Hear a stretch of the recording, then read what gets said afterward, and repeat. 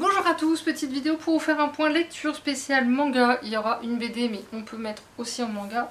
Et on commence avec Daruma Matsura, La danse du soleil et de la lune, le tome 2 aux éditions Kiyun. J'ai adoré ce tome 2 et je ne sais pas où nous emmène cette histoire mais ça va être forcément génial. D'autant que, vu le personnage qui arrive et qui nous apprend des choses sur le potentiel à venir des personnages, ça donne juste envie de lire la suite. La seule raison pour laquelle je l'achète pas, c'est que ma libraire propose trop de choses géniales et qu'il faut choisir, mes gens.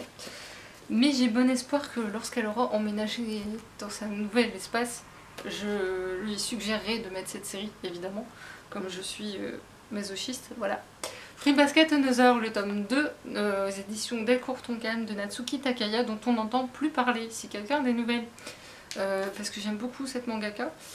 Je confirme ce qu'il se dit, c'est qu'elle est chouette, mais elle n'est pas non plus indispensable si on a adoré Fruit Basket. D'autant que je trouve ça dommage qu'en termes de graphisme, les personnages ressemblent autant aux précédents. Mais tellement. Et du coup, on s'amuse tout le temps à savoir lequel ressemble à qui. Je sais pas si vous avez suivi ce que je voulais dire. D'ailleurs, j'avais lu avec le tome 1, donc je vais pas m'attarder. Sounds of Life, le tome 1 de Amu aux éditions Akata. Ici, alors, là je vais rentrer dans le détail pour le coup. On suit Takezo, qui est le dernier membre restant du club de Koto de son établissement scolaire. Sauf que pour que le club se maintienne, il faut qu'il recrute 4 personnes et il va se retrouver face à ce monsieur que vous voyez, Chika, qui a une très mauvaise réputation. Il a une histoire pas banale et qu'on va découvrir évidemment. Et sauf que cette réputation qu'il se traîne ne va pas l'aider en fait. Et en même temps, il y a d'autres personnages qui vont arriver. Et je sais pas trop jusqu'où je peux aller. Juste que... Alors... J'ai pas trouvé ce que j'attendais, honnêtement. J'adore les éditions Akata. De me parler de musique traditionnelle japonaise, mais alors là tu me chopes total, et c'est peut-être le problème. Parce que justement je me suis dit, j'espérais qu'il tombe pas dans le travers du manga où le jeune délinquant va toujours se comporter avec ce côté je démarre au quart de tour, et sauf que c'est que ce qui se passe quasiment. Même s'il se reprend un petit peu, et en même temps le dernier personnage qui arrive ne m'a pas... Je veux dire, à part Takezo, les autres, j'ai pas réussi à m'attacher à eux. Et après, c'est un tome de présentation, c'est tout le problème. C'est pour ça que je ne saurais vous dire si je continuerai la série. Je pense que si je la trouve d'occasion, qu'on me refile le tome 2, je tenterai pour voir s'il y a une amélioration, parce que je pense sincèrement qu'il y a moyen. Moi, je m'attendais vraiment à ce qu'on apprenne des tas de choses sur cet instrument de musique dont il est question, le koto, et pas du tout. On apprend juste 2-3 choses vers la fin et le reste du temps on n'en parle quasiment pas de l'instrument. Je trouve ça profondément dommage parce qu'il y a de quoi faire. Donc voilà, petit un peu partagé. Les carnets de l'apothicaire, le tome 11, Kiyun toujours. Est-il besoin de dire que j'adore cette série? Vous le savez déjà, je le préciserai pas encore, mais j'aime tellement cette série. Et comme je suis une quiche totale, j'ai compris seulement maintenant parce que c'est dit clairement quelque chose concernant Jinichi. Mais avant, j'ai rien compris.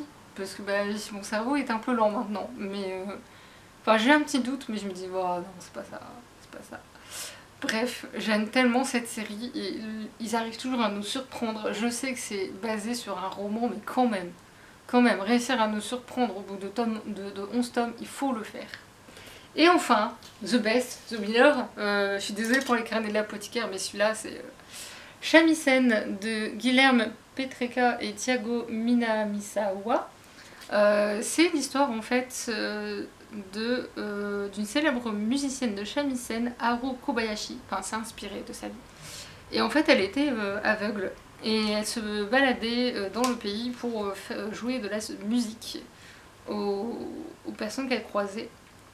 Et juste vous dire que c'est d'une beauté. J'ai l'impression de voir des œuvres d'art à chaque page. On suit son parcours. En fait, elle a été abandonnée par sa mère devant le logement d'un maître du shamisen. Et ça donne des pages mais d'une beauté absolument incroyable.